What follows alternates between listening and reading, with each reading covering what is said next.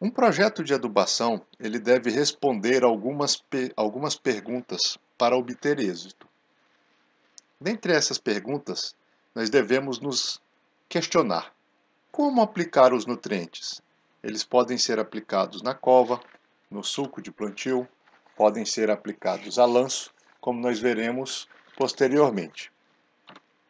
Quanto aplicamos do nutriente?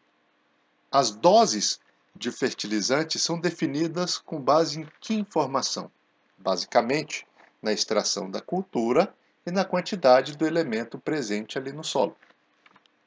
Aonde aplicamos os nutrientes?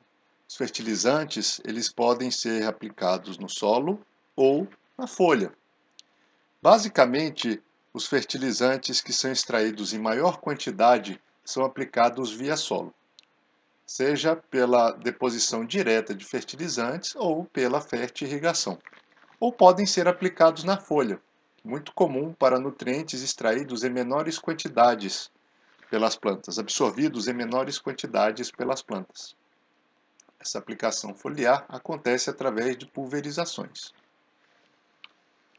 Quando aplicamos os nutrientes? No plantio, durante a cobertura, a adubação de produção, muito evidente para o café, por exemplo, para culturas perenes. O que aplicamos de nutrientes?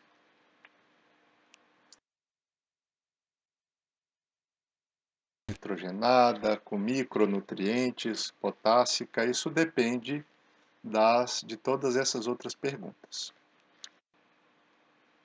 Aqui nós temos um exemplo de adubação no sulco de plantio, onde uma semeadora, apropriada para plantio direto, consegue depositar os fertilizantes numa linha de plantio distante da linha aonde são depositadas as sementes. Então nós estávamos aqui realizando a regulagem deste implemento no campo. Nós já havíamos determinado as doses dos fertilizantes a serem empregados nessa lavoura e estávamos fazendo uma segunda regulagem. A primeira regulagem nós fizemos no barracão e a segunda regulagem nós estávamos fazendo no campo.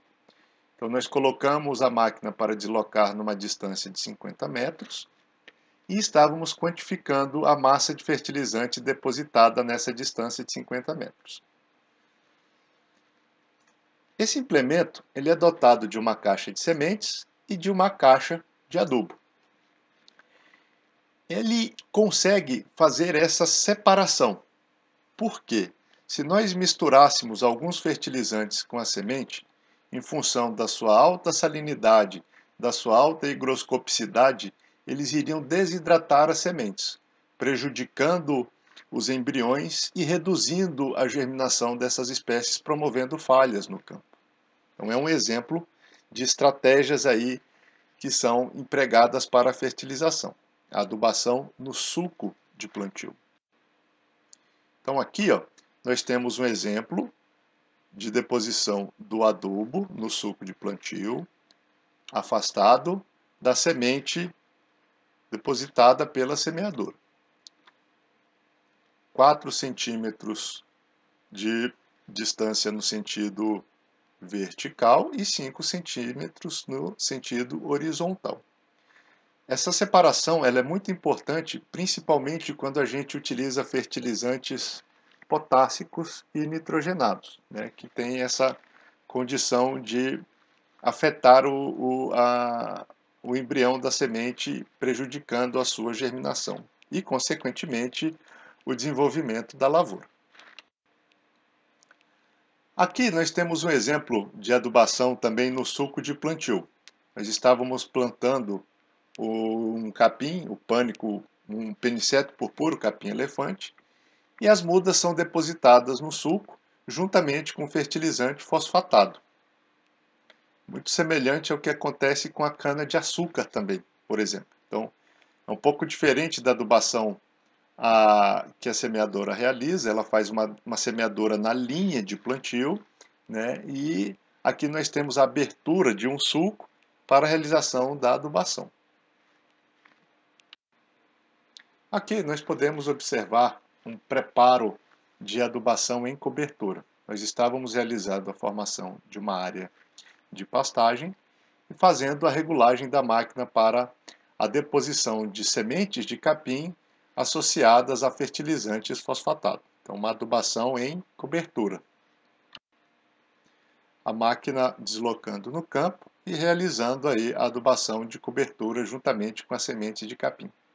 Aquela máquina que estava lá atrás, ela estava com uma grade pequena, leve, na posição travada, e ela iria realizar a incorporação das sementes de capim e do fertilizante fosfatado que nós empregamos aí na semeadura.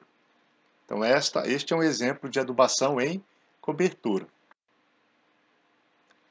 Aplicação de insumos em cobertura tem este empecilho, né, de promover aí uma deriva grande do material a ser aplicado. Então, nas áreas marginais aí da propriedade, uma parte do fertilizante se perde, ou do material corretivo. O calcário é muito aplicado desta maneira, né? Então, a aplicação de insumos em cobertura. Aplicação de calcário em cobertura e a relação que nós mostramos anteriormente, no vídeo anterior, mostrando aí a relação da fertilidade com as práticas de manejo e conservação do solo, de preparo convencional do solo. Esse calcário pode ser aplicado em cobertura e, em seguida, nós utilizamos um implemento para incorporá-lo. Temos um arado de discos aqui que tem essa propriedade essa capacidade de inverter o solo, incorporando o calcário em profundidade, né? Promovendo a movimentação do material corretivo no sentido vertical. Nós temos também a aplicação de fertilizantes em covo. Isso é uma área da Embrapa Amapá, onde nós tivemos oportunidade de acompanhar um dia de campo aí sobre o plantio de açaí. Então eles utilizam esse implemento aqui, um sucador, né, para facilitar na abertura de covas para o plantio de culturas perenes. Então, naqueles slides anteriores, onde nós mostramos a semeadora, nós temos condições ali de realizar o cultivo de espécies de ciclo curto. O milho, o sorgo, a soja, o feijão. Então, para espécies de ciclo curto, a estratégia de fertilização e de preparo de fertilização e de semeadura é diferente de algumas espécies de ciclo longo, né, de culturas perenes, por exemplo, como é o caso do açaí. Aqui nós não temos uma máquina que faça o plantio das mudas de açaí. Portanto, nós precisamos abrir covas, promover a adubação dessas covas e fazer o plantio das mudas dessas plantas perenes. Então, este sucador, né, abre o solo para facilitar a utilização deste equipamento aqui, ó, que é um equipamento empregado para abertura de covas.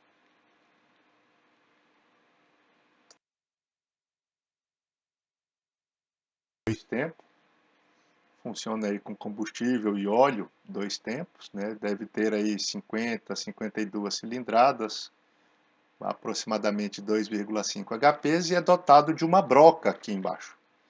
Então a gente consegue realizar a perfuração do solo, a abertura de covas de uma maneira bem mais rápida, né? Bem mais prática e mais dinâmica. Então nós temos então aí a abertura de uma cova, não fica uma cova certinha como a gente observa aí nos livros, né? Para o açaí, uma cova de 40 por 40 centímetros. Mas é uma estratégia que facilita muito o trabalho.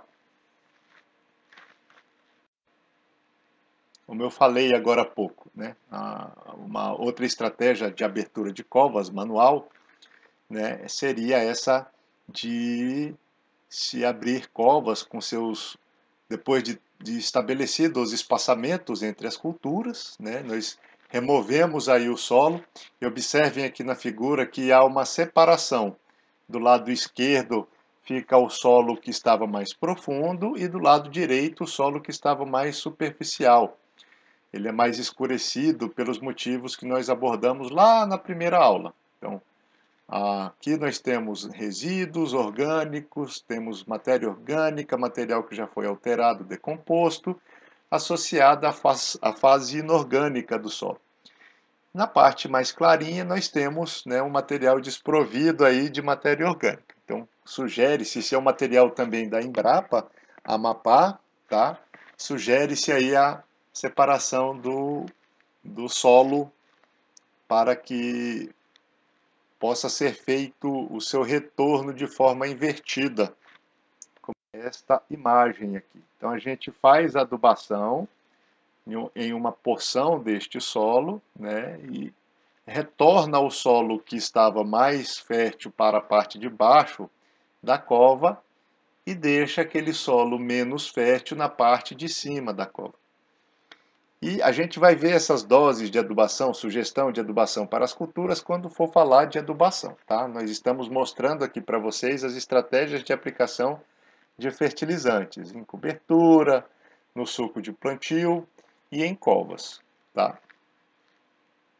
Depois de um tempo, né, de aproximadamente aí 20 a 30 dias, esse material aí da Embrapa Amapá sugere que você abra uma pequena coveta no centro dessa cova, faça a deposição da espécie que você está plantando aí bem no centro da cova. Isso deve acontecer durante o período chuvoso, logicamente, né, se você não tiver condições de irrigar essa área. Então notem que a fertilização, né, os projetos de adubação consideram essas informações. Vamos realizar uma adubação, vamos. Essa adubação vai ser no sulco de plantio, vai ser na cova, vai ser em cobertura. Geralmente no sulco de plantio e na cova nós fazemos as adubações para a formação de uma lavoura ou de um pomar. E a adubação de cobertura, ela é aplicada durante o desenvolvimento da cultura, né? Se for uma cultura de ciclo curto, como o milho, por exemplo, nós podemos realizar adubação com nitrogênio e com potássio em cobertura, num determinado estágio de desenvolvimento da planta, não é?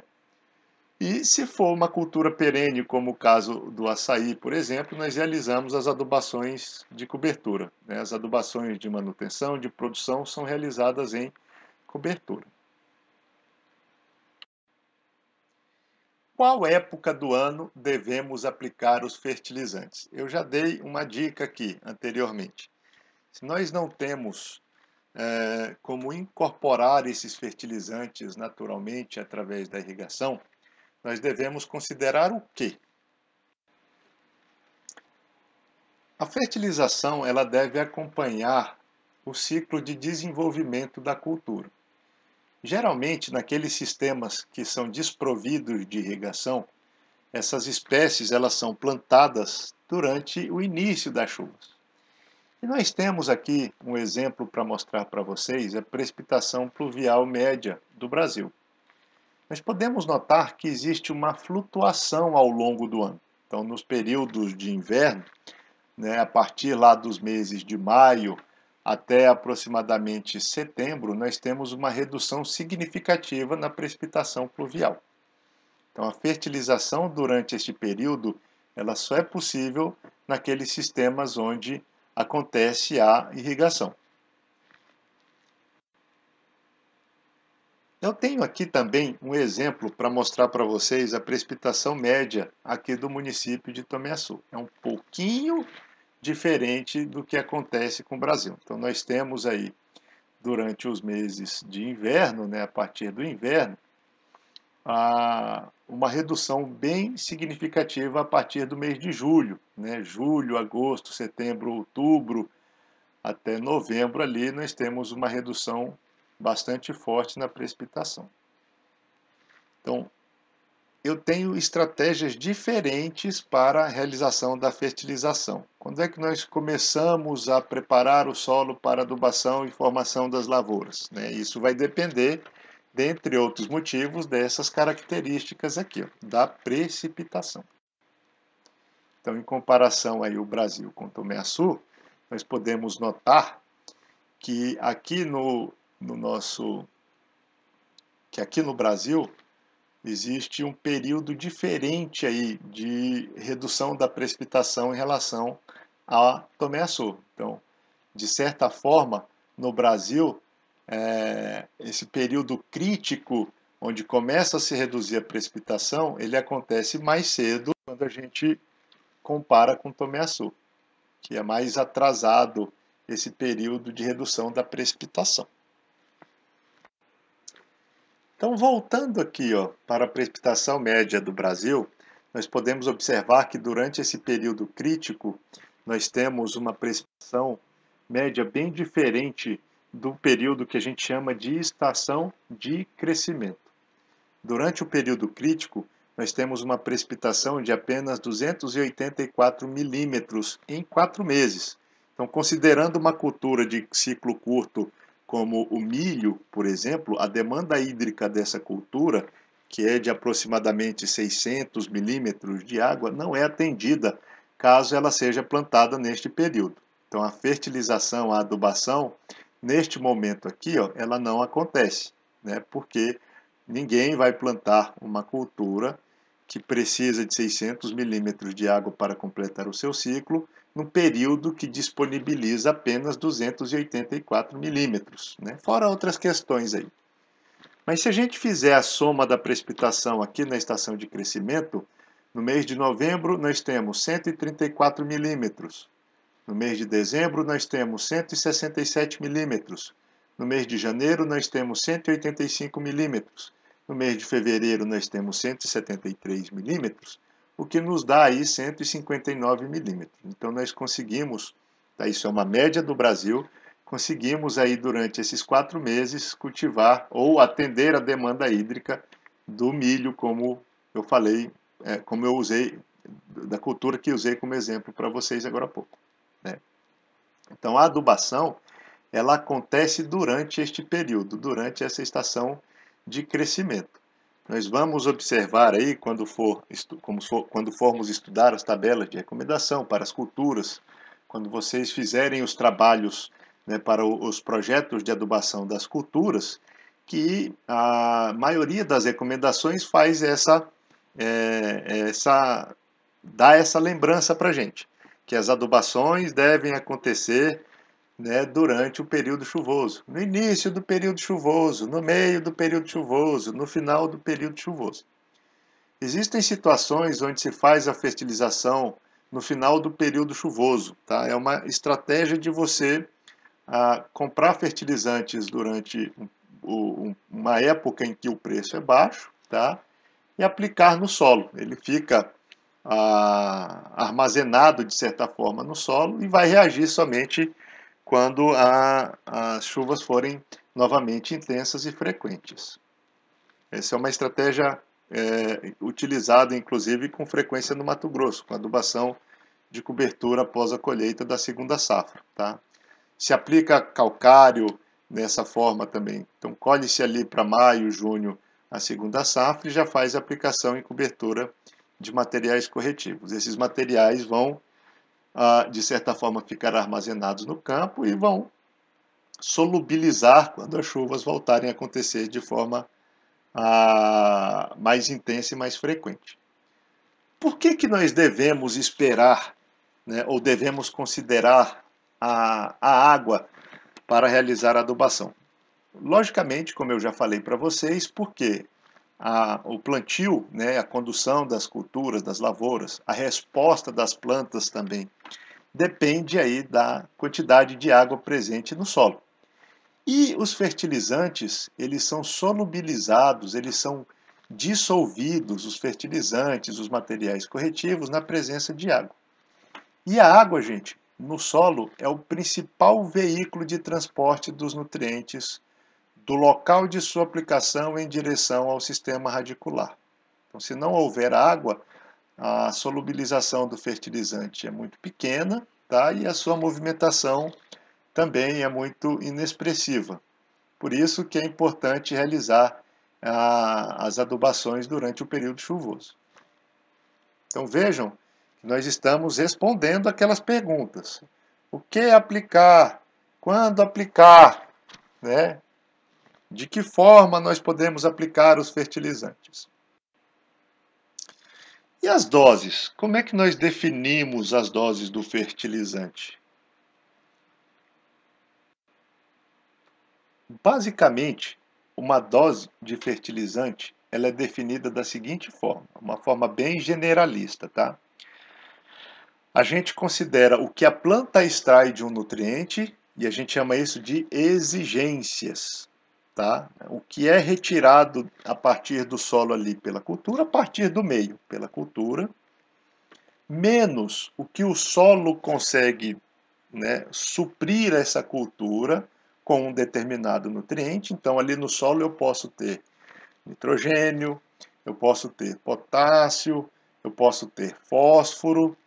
E essa diferença do que a planta precisa de cada nutriente, menos o que o solo já tem, é o que seria a dose do fertilizante. Porém, nós precisamos considerar que esses fertilizantes apresentam dinâmicas distintas e eficiências de aproveitamento também diferentes, tá? Então, nem tudo que eu aplico de um fertilizante é absorvido pela planta. Por isso, nós temos esse fator aqui, que corrige a dose do fertilizante, tá bem? Mas basicamente, tá, a grosso modo, a dose de um fertilizante é definida pela diferença do que a planta extrai em relação ao que eu tenho do elemento no solo, vezes um fator de correção que considera a eficiência do fertilizante, tá? E nutriente? O que é nutriente? Nutriente, como nós veremos posteriormente, são elementos essenciais ao desenvolvimento do ciclo completo de uma cultura, tá? E nutriente disponível? Qual é a diferença do nutriente para o nutriente disponível?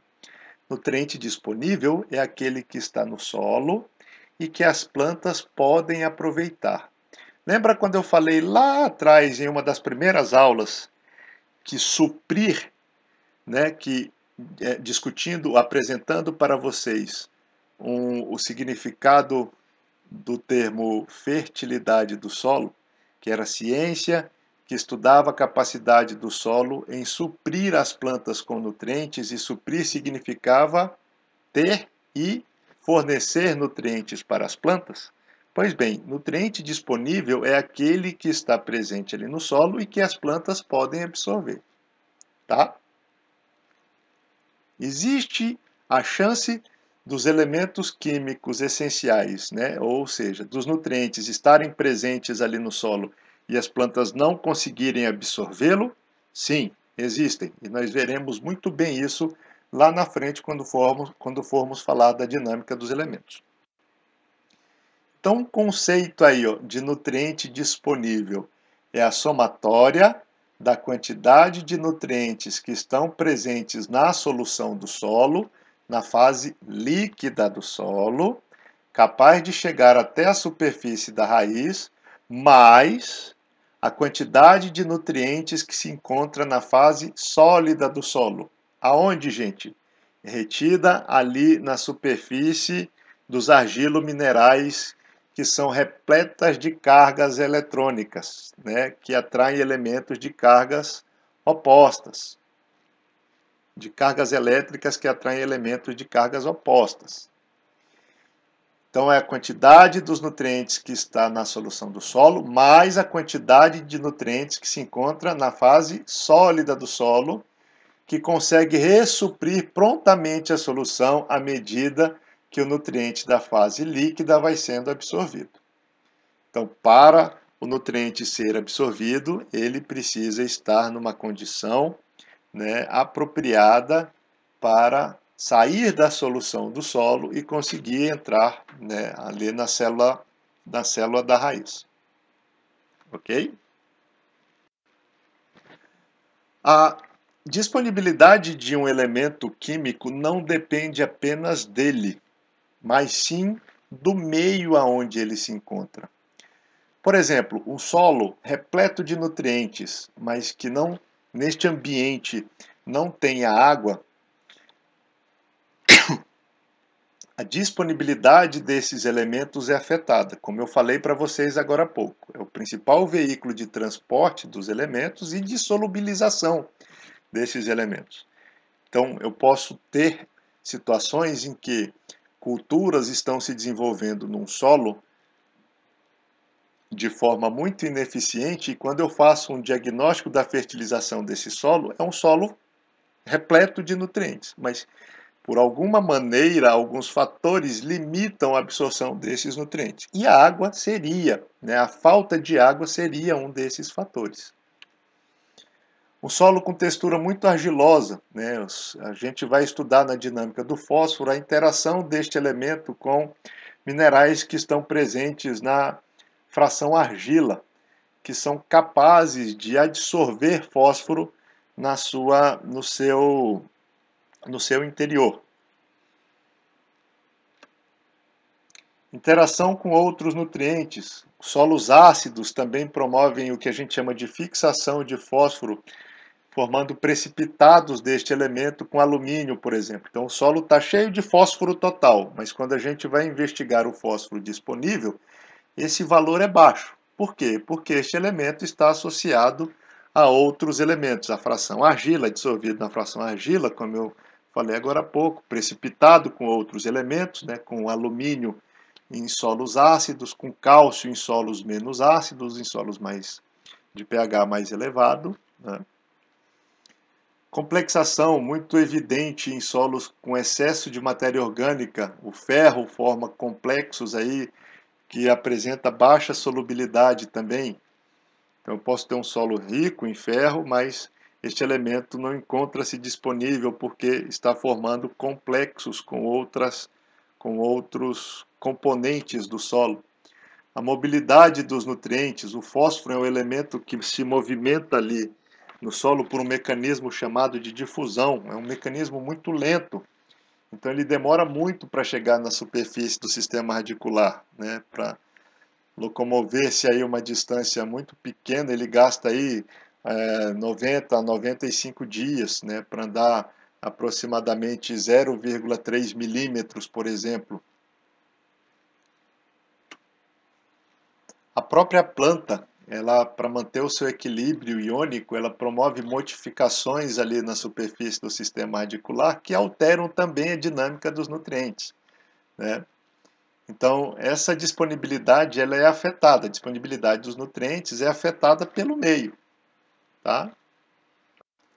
A baixa fertilidade do solo.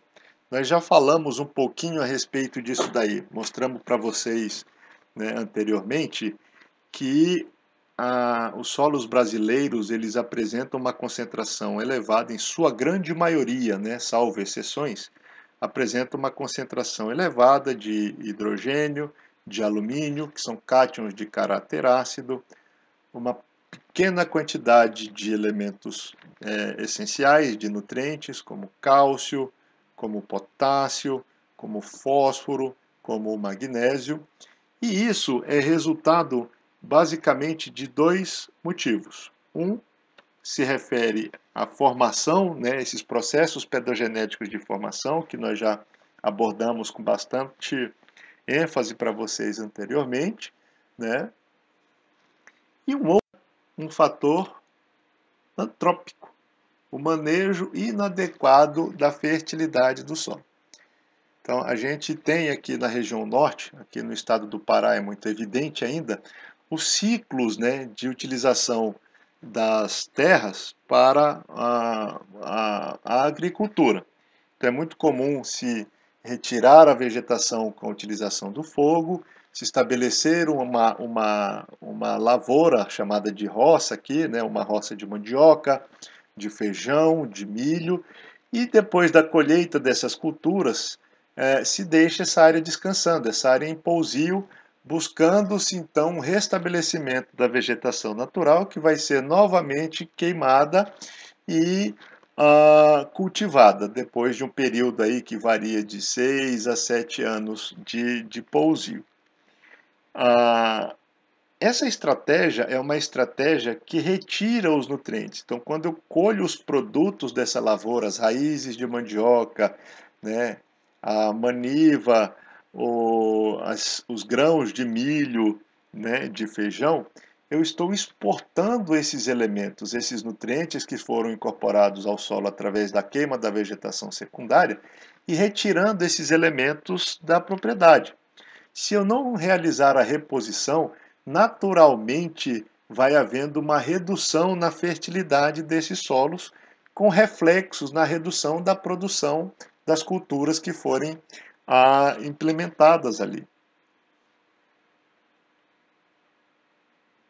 E uma estratégia para se reverter isso é você ter a consciência que existe essa exportação de nutrientes e que eu preciso, de certa forma, né, de uma reposição. E essa reposição ela acontece via fertilização. Então os solos eles são pobres, né? Por quê? Por uma questão natural, né? A maioria dos solos brasileiros são pobres por uma questão natural e também eles são de certa forma empobrecidos pelo manejo inadequado da fertilidade do solo.